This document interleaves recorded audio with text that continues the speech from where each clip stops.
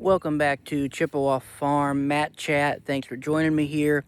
Been out here working on the farm today and with our livestock, and just got to thinking about farming and just the system. And I want to say for many, many years that the system that we know today as farming is a system that's been intentionally built and created for failure for the farmer and success for those in power, those with money, and specifically even our government, which is really has a need to control the food supply, and that is why this system today is set up the way it is. And so, look, it's something that I want to speak to because I believe it is very important when it comes to farming. Look, we've been taught as farmers that farmers appreciate farmers. They feed the world. They're supposed to feed the world, and I understand what some people are saying when they say that. But it is absolutely a fundamental problem when it comes to our philosophy of farming because farmers were never intended, an individual farmer was never intended to feed the world. Matter of fact, when a farmer bought into the mentality that he personally was supposed to feed the world, that requires a philosophy of really extortion, this idea of profit, this idea of everything comes down to this money and profitability and then scaling and growing. We're not opposed to growing. We love a growth mindset in a farmer. The farmers I consult with, I'm always telling them you need a growth mindset. And I believe that's very important. But growing into the right philosophy with the right goals is very important. Now, listen, farmers, the way that it was intended to be would be that you would feed your local community, your local neighborhoods, your friends and family, and the region around you that you live in. But food was meant to be something that was eaten in season. It was meant to be something that was local, which is within a region of 300 miles, 400 miles at most in that region. But farmers should be feeding their local community. And so some things I want you to think about, farmers, is once again, grow, certainly, and be profitable because we want farmers to be doing it full time and living off of their farm. But I want you to think about, farmers, how much of what you grow is actually used for food. Now, if you're sitting here and you're going through your crops and you're looking at, boy, not much is used for food, I think that's something that you should evaluate. When it comes to your animals, I think you ought to see you raise your animals. The idea is that they are being used to produce good food on people's tables, but I think it should be people that you know, people that live close to you.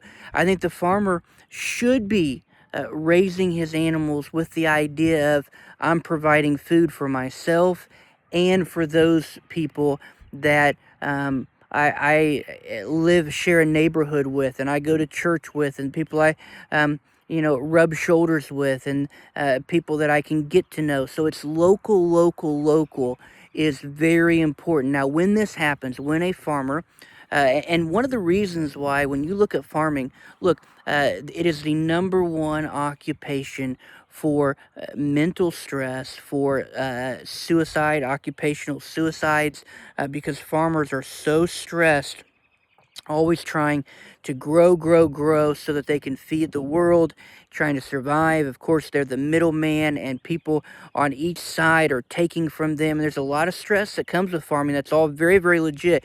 Farmers, we've got to turn this thing around by focusing in on making sure that we are producing real food for humans, and that we are make sure that we are also trying to get food locally, and so we're not having the logistics problem.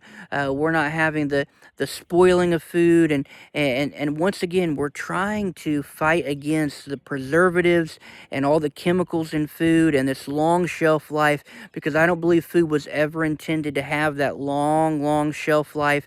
So the entire system is what we're fighting against. And farmers, one of the ways you do that is right off the bat understanding you don't feed the world, you are to feed your community, your region, your neighborhood. And I hope that'll be a help to you.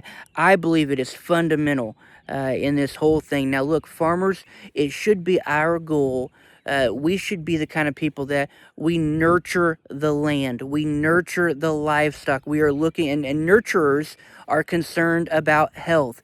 Extortioners are all about profit, profit, profit. And those are the people that are the big corporation farms. Those are unfortunately the Bill Gates and the others that are buying up all of this land and farmland and using it for things that it was never intended to be used for. And I name those names. It's important that you understand what we're talking about today. There's a lot of these corporation farms that are doing everything but what farming is supposed to be. So, farmers, I want you to understand the right mindset, the right perspective, and I want you to unapologetically um, embrace it and share it and live it. And we're here to help at Chippewa Farms. We're doing this.